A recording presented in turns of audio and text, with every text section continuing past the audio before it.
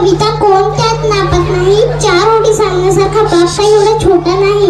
नमस्कार माझे श्रोते वक्ते, आदरणीय परीक्षक व गुरुजन वर्ग व माझ्या बालमित्रांनो, मी कुमारी समृद्धी अशोक संकुवर, मी दुसरी शिकते. माझ्या शाळेचं नाव जिल्हा परिषद उच्च प्राथमिक शाळा बेलोना, तालुका नागखेड, जिल्हा नागपूर. आज मी आपल्या समोर विषय मांडत आहे माझे वडील. बोलतो आम्ही शेतकऱ्यांच्या पोरी, बोलतो आम्ही शेतकऱ्यांच्या पोरी, आमच्या बापाच्या कष्टावर चालती सारी. स्वतःच्या मनातलं दुःख आपण नेहमी ठेवावं लागेल ठेवणारा व्यक्ती म्हणजे बाबा.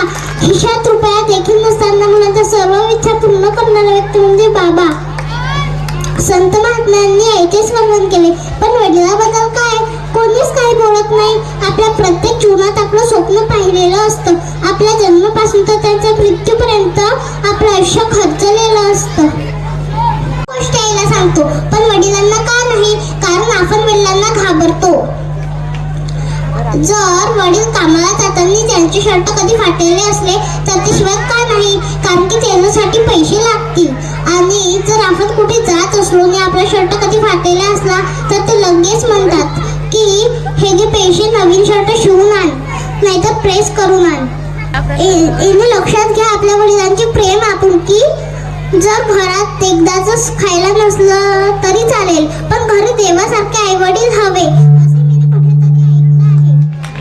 जर आई हे घराचं मागेले असेल ना, तर वडील हे घराचं अस्तित्व असतं. जर आपल्याला घरी काही टुसलं लागलं तर आपण म्हणतो आई ग, पण त्याच वेळेला आपण रस्त्याने कुठे जात असलो, आपल्याला साप कधी आढळला तर आपण सहजपणे म्हणतो बापरे.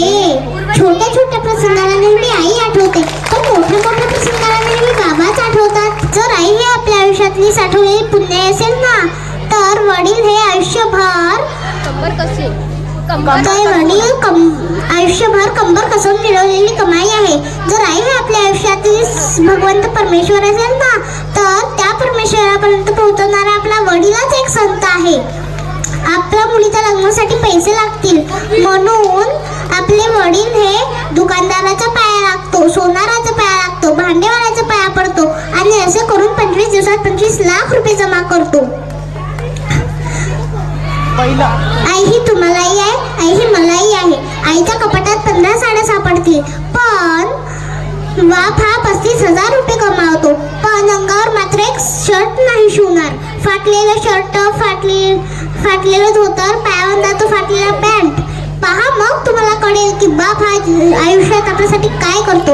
जर आईला थोडं जरी दुःख झालं तर आई सगळ्यांना दिसते, पण हा वडील त्याच वेळा सावकारा करून 2-2 लाख रुपये काढून आणतो. पण रात्री त्याच सावकाराच्या भीतीने एका कोपऱ्यात बसून रडतो. म्हणजे तो आपला बाप असतो. बाप आयुष्यात 4दा रडतो. बाप आयुष्यात पहिल्यांदा रडला जेव्हा त्याची मुलगीचं लग्न ठरलं.